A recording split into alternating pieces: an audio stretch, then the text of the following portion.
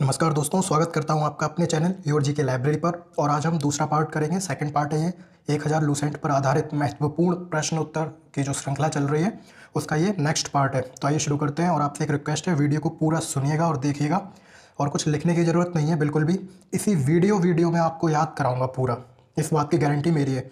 तो आइए शुरू करते हैं, बस ध्यान से सुनिएगा आप। पहला प्रश्न है, कौन सा यंत्र दूध में पानी की मात्रा मापने के लिए प्रयोग किया जाता है? कौन सा यंत्र है वो, मतलब कौन सा इंस्ट्रूमेंट है जिससे आप माप सकते हैं कि दूध प्योर है या नहीं? तो वो है दोस्तों लैक्टोमीटर। कौन सा है? लैक्टोमीटर। ऑडोमीटर क्या करता है? स्पीड ऑफ व्हीकल, जो व्हीकल में जो मीटर होता है ना, कितनी स्पीड पे गाड़ी चल रही है, 80 पे चल रही है, 90 पे चल रही है, वो ऑडोमीटर नापता है। थर्मामीटर क्या होता है? टेम्परेचर नापता है कि बुखार के समय थर्मामीटर से ही तो नापते हैं। इसमें यूज़ क्या, कौन सा क्या होता है एलिमेंट? वो मरकरी यूज़ होता है, लिक्विड मरकरी। ठीक है, आगे बढ़ते हैं। अच्छा देखो, एक होता है बैरोमीटर। बैरोमीटर क्या मेजर करता है? Atmospheric pressure. Okay, next, Nashik किस नदी के किनारे स्थित है? तो नासिक जो है वो गोदावरी नदी के किनारे स्थित है। ठीक है। अच्छा, नर्मदा नदी के किनारे कौन सा है? वैसे तो भड़ोच भी है, लेकिन ये कभी आपने सुना नहीं होगा एग्जाम में, लेकिन आपने जबलपुर जरूर सुना होगा, है ना? तो जबलपुर नर्मदा नदी, गंगा नदी के किनारे क्या है? हरिद्वार है, इलाहाबाद है, आगरा है। आगरा कहाँ है? यमुना नदी के किनारे है। अच्छा, ये मेरे मुंह से क्यों निकला? क्योंकि यमुना जो है गंगा नदी की सबसे बड़ी सहायक नदी है। ठीक है। अच्छा, गंगा और कहाँ है? काशी में है, बनारस। ठीक है। अच्छा, कृष्णा नदी की अगर हम बात करें तो कृष्णा नदी के किनारे कौन सा शहर बसा हुआ है? विजयवाड़ा। कौन सा? विजयवाड़ा। अच्छा, ये विजयवाड़ा है कहाँ? ये आंध्र प्रदेश में है। ठीक है, इसको आप याद रखिएगा। अच्छा, एक नदी है कावेरी। क्या है? कावेरी। कावेरी नदी के किनारे कौन सा शहर बसा हुआ है? देखो, श्रीरंगपट्टनम। श्रीरंगपट्टनम। और कौन सा है? और कौन सा है? तिरुचिरापल्ली। अच्छा, ये कहाँ है? तमिलनाडु में। और श्रीरंगपट्टनम है, वो है कर्नाटका में। ठीक है। अच्छा, जो कावेरी नदी है, मैंने क्यों बताया श्रीरंगपट्टनम? क्योंकि जो एंग्लो मैसूर युद्ध हुआ था, आंग्ला मैसूर युद्ध जो तीसरा हुआ था, ठीक है, उसकी जो संधि हुई थी 1792 में, वो श्रीरंगपट्टनम में ही हुई थी। क्लियर है? अच्छा, कावेरी नदी को देखो कैसे लिखते हैं, कावेरी, का से शुरू होता है। तो ये नदी किन स्टेट्स में बहती है? इसका जो प्रवाह तंत्र है वो कहाँ कहाँ है? वो भी कहाँ से? ये केरल, कर्नाटक और तमिलनाडु, के टी। क्लियर है? अच्छा, इधर पे मैंने नर्मदा नदी बताई जो कि जबलपुर में है। अच्छा, नर्मदा नदी के साथ अगर मैं ताप्ती नदी का भी नाम ले लूँ तो ये दो ऐसी नदी हैं, नर्मदा और ताप्ती, जो वेस्टवर्ड फ्लो करती है, मतलब पश्चिम की ओर बहती हैं और अरब सागर में गिरती हैं। ठीक है, इनको आप बिल्कुल ध्यान से याद रखिएगा, ये क्वेश्चन पूछा जाता है। अच्छा, गोदावरी सुना है आपने? बिल्कुल सुना, अभी सुना। कृष्णा नदी अभी सुना, विजयवाड़ा। कावेरी अभी मैंने बताया। इन तीनों नदियों को, जो प्रायद्वीपीय भारत है, प्रायद्वीपीय भारत क्या, अगर आपने मैप देखा होगा तो जहाँ पे भारत वी शेप का हो जाता है, इस पार्ट को प्रायद्वीपीय भारत बोलते हैं। तो प्रायद्वीपीय भारत की तीन सबसे बड़ी नदी हैं, गोदावरी, कृष्णा और कावेरी। के क्लियर है? वैसे भी अभी आप के पढ़ रहे हो। अब बात करते हैं गंगा नदी की। देखो, गंगा नदी, आपको गंगा नदी जो है वो उत्तर भारत की अर्थव्यवस्था की मेरुदंड है। क्यों? क्योंकि खेती वगैरह बहुत ज़्यादा होती है, मैदानी क्षेत्र है। दूसरा, ये भारत की सबसे लंबी नदी है। तीसरा पॉइंट, इसकी सहायक सबसे लंबी नदी, बड़ी नदी कौन सी है? वो यमुना नदी है। अच्छा, सहायक नदी कौन सी होती है? जैसे ये मेन रिवर है, उसमें दाएं से बाएं से जो भी नदी आके मिलती जाती हैं और एक सिंगल मेन स्ट्रीम रिवर बनाती हैं, तो इन रिवर को सहायक नदी बोलते हैं। क्लियर है? तो गंगा की सबसे बड़ी यमुना है। यमुना के किनारे क्या बसा हुआ है? आगरा बसा हुआ है। ताजमहल, ताजमहल के पीछे पीछे कौन सी नदी है? यमुना नदी है। अच्छा, गंगा नदी के टाइटल पे और भी नदियों का नाम आता है और वो क्वेश्चन में पूछा जाता है, जैसे काली गंगा। तो काली गंगा किसे बोला जाता है? शारदा नदी को। ठीक है। आपसे पूछा जाता है कि दक्षिण की गंगा, तो दक्षिण की गंगा कावेरी को बोला जाता है, कावेरी नदी को बोला जाता है। दक्षिणी गंगा, उसका आंसर गोदावरी ही है। क्लियर है? अच्छा, गंगा नदी अलकनंदा और भागीरथी जहाँ पर मिलती हैं उसको बोलते हैं देवप्रयाग, वहीं गंगोत्री है, और वहीं से गंगा नदी निकलती है। और फिर ये मैदान, देखो ये तो पर्वत वाला इलाका है, पहाड़ी क्षेत्र है, फिर ये मैदानी भाग में जब प्रवेश करती है तो वहाँ कहाँ से करती है? हरिद्वार से। ठीक है। और ये जो देवप्रयाग है वो कहाँ है? उत्तराखंड में। उत्तराखंड में ही हरिद्वार है, लेकिन हरिद्वार है वो मैदानी क्षेत्र है। क्लियर है? अब आगे बढ़ते हैं, चलिए आगे बढ़ते हैं। नेक्स्ट है, प्लेगरा रोग किस विटामिन की कमी से होता है? तो इसका आंसर है ए, विटामिन B3। देखो, विटामिन ऐसे ही तो उग नहीं गए होंगे या फिर ऊपर से तो टपक नहीं गए होंगे, विटामिन किसी ने खोज की होगी। क्लियर है? तो विटामिन की खोज 1881 में NI ल्यूनिन ने की थी। ठीक है, लेकिन विटामिन थ्योरी 1912 में, 1912 में फंक, एक साइंटिस्ट हैं, इनका नाम था फंक, और हॉपकिंस, उन्होंने दी थी, और फंक ने ही फिर इनका नाम ईजाद किया, विटामिन रखा। क्लियर? तो विटामिन थ्योरी फंक ने, और जो विटामिन की खोज की थी वो NI ल्यूनिन ने की थी। क्लियर? अच्छा, विटामिन दो टाइप के होते हैं, विटामिन दो टाइप के होते हैं, एक तो वाटर और एक फैट सॉल्युबल। वाटर सॉल्युबल वो जो पानी में घुल जाए, फैट सॉल्युबल वो जो फैट बेस्ड है, फैट में घुल जाए। कैसे याद रखोगे, कौन से क्या है? देखो फैट के लिए याद रख लो कीड़ा, क्लियर है? फैट के लिए याद रख लो कीड़ा, मतलब विटामिन के, विटामिन ई, विटामिन डी और विटामिन ए, ये फैट सॉल्युबल है। और जितने बच गए, जैसे आपका क्या बच गया, बी कॉम्प्लेक्स बच गए और सी बच गया, ठीक है ना, ये कौन से हैं? ये वाटर सॉल्युबल है, क्लियर है? चलिए आगे बढ़ते हैं। अच्छा मैंने इधर पे बोला कीड़ा, KEDA, ठीक है। तो विटामिन ए की अगर बात करें तो इसका जो केमिकल नेम है वो है रेटिनॉल, बहुत पूछा जाता है। अच्छा इसकी कमी से कौन सा रोग होता है? नाइट ब्लाइंडनेस, ठीक है, यानी कि रात में देखना कम हो जाता है, बंद हो जाता है। अच्छा ये बहुत हीट सेंसिटिव है। एक क्वेश्चन स्कूल में पूछा जाता था कि अगर सब्जी को, फलों को ज़्यादा पका दिया जाए सब्जी को, तो कौन सा विटामिन नष्ट हो जाता है? तो बच्चे हाथ उठा देते थे विटामिन सी, लेकिन नहीं, विटामिन ए भी, क्योंकि ये भी हीट सेंसिटिव है, क्लियर है? अच्छा नेक्स्ट, अगर आपको विटामिन ए चाहिए तो बाहर जाने की जरूरत नहीं है, वैसे भी लॉकडाउन लगा हुआ है। आप क्या करो, अपने घर के रूम में जाइए, फ्रिज खोलिए, गाजर उठाइए और खा लीजिए, क्योंकि कैरेट में भी विटामिन ए होता है, ठीक है।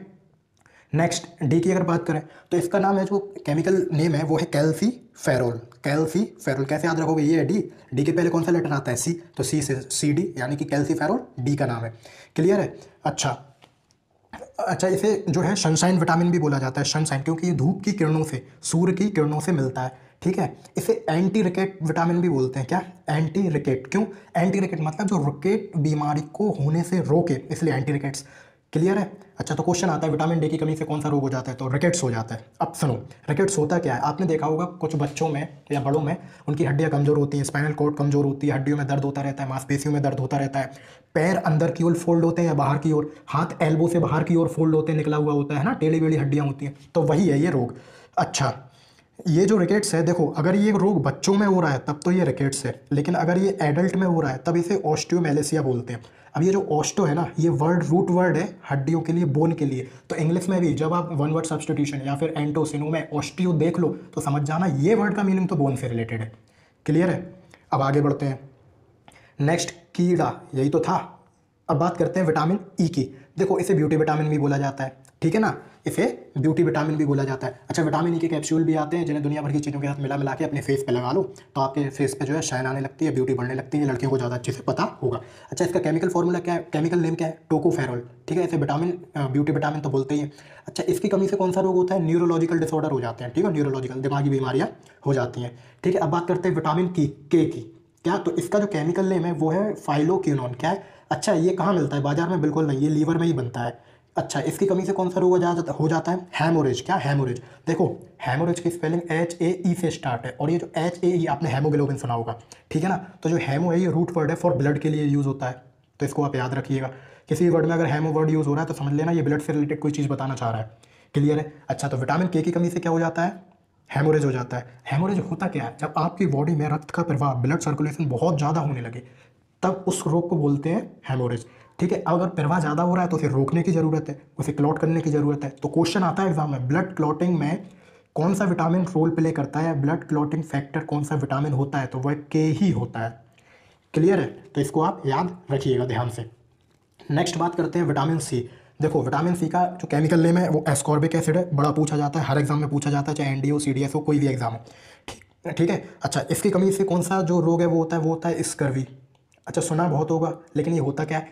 जो मुंह में दांत होते हैं वो मसूड़ों में जब लगे हुए होते हैं तो आपने देखा होगा कुछ बीमारियां हो जाती हैं, जैसे मसूड़ों से खून निकलने लगता है, ब्लीडिंग होने लगती है, दांत सड़ने लगते हैं, तो ये सारी बीमारियां स्कर्वी कहलाती हैं, ठीक है ना। जो टीथ से, मसूड़ों से रिलेटेड हो, जम जो होती है ना उससे रिलेटेड हो। अच्छा इसे एंटीऑक्सीडेंट भी बोला जाता है। क्यों? क्योंकि ये आपके अंदर RBC को फॉर्म करता है और ये एंटीबॉडीज बनाता है। इसलिए अभी जो देखो कोविड-19 फैला हुआ है, कोविड-19, कोविड का फुल फॉर्म क्या है? Corona virus disease. तो ये वायरस से फैला हुआ है। तभी जब देखा होगा अगर किसी को कोरोना हो जाता है तब उसका ट्रीटमेंट होता है, तो जो 5 से 6 दिन का जो दवाइयों की किट उसे दी जाती है खाने को, उसमें विटामिन सी भी होती है, और डॉक्टर भी रिकमेंड करते हैं कि ज़्यादा से ज़्यादा विटामिन खाइए। क्यों? क्योंकि एंटीबॉडीज़ बनाता है, और एंटीबॉडीज़ क्या होता है? आपकी बॉडी में जब एंटीबॉडीज़ बनती हैं तो वो वायरस को बढ़ने से या आपकी बॉडी में रोग होने से रोकती हैं, ठीक है ना, लड़ती हैं उनसे, तो आपको बीमार नहीं होने देती, इसलिए, क्लियर। इसे एंटी कैंसर विटामिन भी बोलते हैं, एंटी ऑक्सीडेंट भी बोलते हैं। अच्छा ये मिलता कहाँ से? जितने भी खट्टे फल हैं, सिट्रस फ्रूट, उनसे मिलता है, जैसे आंवला बिल्कुल मिलता है, ठीक है ना, इसलिए बोलते हैं आंवला जूस पीते रहो। अच्छा लेमन में क्या मिलता है? बिल्कुल मिलता है, ये सिट्रस फ्रूट में आता है लेमन, इसलिए बोलते हैं ना गर्म पानी में नींबू को डाल के पीते रहो, आपको कोविड के होने के चांसेस कम हो जाएंगे, इसीलिए ये बोला जाता है। तो विटामिन सी क्लियर हो गया। अच्छा, विटामिन डी मैं बता चुका हूँ। बात करते हैं विटामिन ए की। ए भी हम बता चुके हैं, क्लियर है। अच्छा, अगर B3 की बात करें, B3 की भी बात हो चुकी है, जो कि इसी का आंसर भी है, क्लियर है। अच्छा, तो आगे बढ़ते हैं फिर नेक्स्ट। मछलियों के यकृत तेल में किसकी प्रचुरता होती है? तो वो है विटामिन ए। इसका आंसर क्या है? Vitamin A. विटामिन सी की बात कर चुके हैं, जैसे एस्कॉर्बिक एसिड बोला जाता है, इसकी बात कर चुके हैं। विटामिन डी की जैसे कैल्सीफेरोल बोला जाता है। विटामिन के की बात कर चुके हैं, ये ब्लड क्लॉटिंग में काम आता है और फाइलोक्विनोन इसका नेम है, ठीक है। ए से नाइट ब्लाइंडनेस, डी से रिकेट्स, सी से स्कर्वी, के से क्या होता है? ब्लड क्लॉटिंग, ठीक है, हेमोरेज। अच्छा, नेक्स्ट क्वेश्चन की बात करते हैं।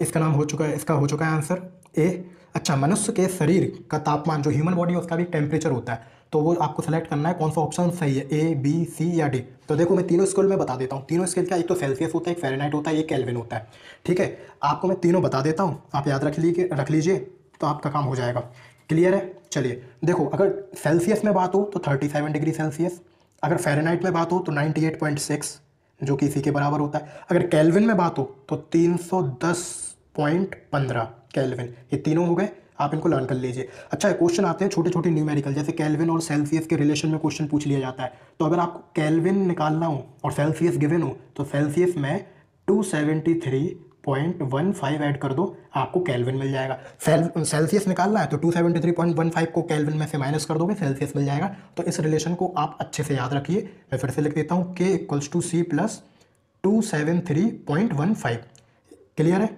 तो 37 डिग्री सेल्सियस में हो गया, 98.6 ये हो गया, इधर पे 4 दिए गया, कोई बात नहीं, 0.2 का ही कम है। और केल्विन में क्या है? 310.15। नेक्स्ट देखते हैं, लेंस की क्षमता जो है वो किस में मापी जाती है? तो वो है डायोप्टर, ठीक है। अच्छा, इसे कैसे याद रखोगे? देखो, लेंस को एल से लिखते हैं, डायोप्टर डी से लिखते हैं, और अगर डी एल ऐसे ऑपोजिट कर दो, डी को इधर ले एल को ले तो D L, driving licence, clear है, याद हो गया। अच्छा, मीटर से दूरी नापते हैं, प्रकाश वर्ष यानी कि लाइट ईयर क्या होता है? लाइट ईयर क्या होता है? तो distance travelled by light in vacuum, खाली स्थान वैक्यूम में लाइट के द्वारा एक साल में जितनी दूरी तय की जाती है उसको लाइट ईयर बोला जाता है। और मीटर और लाइट ईयर में क्या कोई रिलेशन है? बिल्कुल है। 1 लाइट ईयर इक्वल्स टू होता है 9.46 इंटू 10⁻15 मीटर। इसको याद रखना आता है ये, ठीक है ना। फिजिक्स में जब आपके यूनिट्स एंड मेजरमेंट के क्वेश्चन आते हैं तो ये आता है। अच्छा, रेडियन क्या बला है? रेडियन कुछ नहीं है, जो प्लेन एंगल है उसको मापने की इकाई है, ठीक है। नेक्स्ट, सार्क या दक्षेस का मुख्यालय कहाँ है? तो इसका आंसर है काठमांडू, जो कि नेपाल की कैपिटल है। सार्क में कितने सदस्य हैं? 8। देखो, इसकी स्थापना कब हुई? 8 दिसंबर किस सन में? 1985 में। कितने सारे 8 आ रहे हैं? देखो, आ रहे हैं। तो 8 दिसंबर 1985 में इसकी स्थापना हुई। 8 ही इसके सदस्य हैं। अब कौन से सदस्य हैं कैसे पता चलेगा? कुछ नहीं, एटलस खोलो या अपने सामने मैप रख लो, ठीक है ना। ये मैप रख लिया, ऐसा बना दिया, ठीक है। बस अब इंडिया के इधर उधर देखते रहो, आपको याद हो जाएंगे। इधर देखोगे अफगानिस्तान पाकिस्तान दोनों देश, साउथ में देखोगे मालदीव श्रीलंका दोनों, इधर देखोगे नेपाल भूटान दोनों, इधर साइड में थोड़ा घुमा के देख लोगे बांग्लादेश। कंप्लीट हो गया। और एक तो भारत है, 8 के 8 देश कंप्लीट हो गए। माने बीच में खड़े हो जाना और डिस्को डांसर करना है, इधर एक बार हाथ घुमाया, इधर घुमाया, इधर घुमाया, इधर घुमाया, काम खत्म, ठीक है। नेक्स्ट, भारतीय राष्ट्रीय कांग्रेस की पहली भारतीय महिला अध्यक्ष कौन थी? बताइए। देखो, भारतीय राष्ट्रीय Congress INC, Indian national Congress, इसकी स्थापना कब हुई थी? इसकी स्थापना हुई थी 28 दिसंबर 1885। अच्छा, कहीं जगह तो होगी जहाँ स्थापना हुई? बिल्कुल, मुंबई में। मुंबई में भी कोई कहाँ हुई होगी? तो गोकुल दास तेजपाल सांस्कृतिक कॉलेज था। अब ये जो सभा हुई तो इसका कोई ना कोई अध्यक्ष होगा, किसी ने स्थापना की होगी, है ना। तो जब इसकी स्थापना हुई तो वो एक अंग्रेज थे, A.O. ह्यूम, क्लियर है। अच्छा, तो इसके कोई अध्यक्ष भी तो रहे होंगे जो तो स्थापना करके चले गए, तो फिर अध्यक्ष कौन? WC बनर्जी। अच्छा, WC बनर्जी ये तो शॉर्ट फॉर्म हो गया, तो क्या इनका फुल नेम भी है? बिल्कुल, व्योमेश चंद्र बनर्जी। अच्छा, अगर आपसे पहली महिला पूछें तो एनी बेसेंट, 1917 का अधिवेशन, ठीक है, कहाँ पे हुआ? कलकत्ता में हुआ। अगर आपसे पहली भारतीय महिला पूछें तो कुछ साल बाद 1925 में, जो कि आंसर है सरोजनी नायडू, कहाँ पर? कानपुर में। तो के कलकत्ता कानपुर 1725 दोनों महिलाएं हो गई। अच्छा, अगर आपसे पूछ लिया जाए कि ऐसा कौन सा अधिवेशन है जो गांव में हुआ था, तो वो 1937 में। कहाँ, कौन सा गांव था वो? फैजपुर, ठीक है। अच्छा, इधर के वो अध्यक्ष भी तो पूछे जा सकते हैं, तो वो है जवाहरलाल नेहरू, क्लियर है। अच्छा, आपसे एक क्वेश्चन पूछा जा सकता है, स्वतंत्रता के समय कौन थे अध्यक्ष? तो वो थे JB कृपलानी, बिल्कुल याद रखना भाई, याद है, ठीक है, आता ही क्वेश्चन है, ये आता ही है। अच्छा, हिस्ट्री की अगर बात की जाए तो गांधी जी के बिना तो समाप्ति नहीं हो सकती हिस्ट्री। तो गांधी जी ने भी क्या इसके अधिवेशन की अध्यक्षता की है? बिल्कुल की है। कब की है? 1924 में। तो क्या हवा में की थी? नहीं, कहीं कोई स्थान होगा? बिल्कुल, बेलगांव, बेलगांव में की थी। क्लियर है? अच्छा, इसके अलावा तीन तीन सन और याद रखिए। क्यों क्यों रखिए, मैं बताता हूँ क्यों क्यों जरूरी है। देखो, 1911 याद रखो, उसके बाद 1986 याद रखो। ठीक है, क्यों आपको अभी पता चलेगा। ठीक है, तो देखो 1911 अगर आपको याद आ रहा हो, 1911 तो राष्ट्रगान जनगणमन। क्लियर? अच्छा, कौन सा अधिवेशन कहाँ पे हुआ? कलकत्ता में हुआ था। अच्छा, 1986 कहाँ? राष्ट्रीय गीत, वो भी कहाँ हुआ था? के कलकत्ता, कलकत्ता। अच्छा, ये जब राष्ट्रीय कांग्रेस बनाई गई तो कभी ना कभी विभाजन भी हुआ होगा, लोगों के आपस में जो मतभेद हो जाते हैं तो उससे विभाजन हो जाता है। ठीक है ना? तो पहला विभाजन कब हुआ? 1907 में। कहाँ हुआ? सूरत। ठीक है ना? तो 7 से सूरत आप याद रख सकते हो। ठीक है।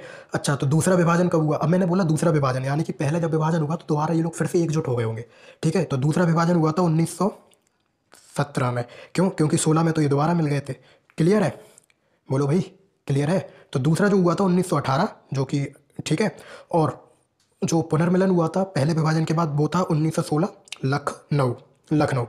अच्छा, कुछ और क्वेश्चन इससे बन सकते हैं, याद आ रहे हैं तो सुन लीजिए। जैसे आपसे पूछा जा सकता है कि देखो एक एक साल का गैप है, कितना याद करना कितना इजी हो सकता है। आपसे पूछे अगर पहला पारसी जो था वो कौन था अध्यक्ष, तो दादा भाई नौरोजी। कब? 1886। स्थापना कब हुई? 1885। एक साल का ही तो गैप है। ठीक है, अगर आपसे पूछे पहले मुस्लिम अध्यक्ष कौन थे, पहले मुस्लिम अध्यक्ष कौन थे, इसमें एक ऐड और कर दो 86 में, 87 कौन थे? बदरुद्दीन तैयब जी। अच्छा, अगर आपसे पूछ लिया जाए पहले अंग्रेज अध्यक्ष कौन थे, तो 87 में एक और ऐड कर दो, तो कौन थे? George Yule. क्लियर है?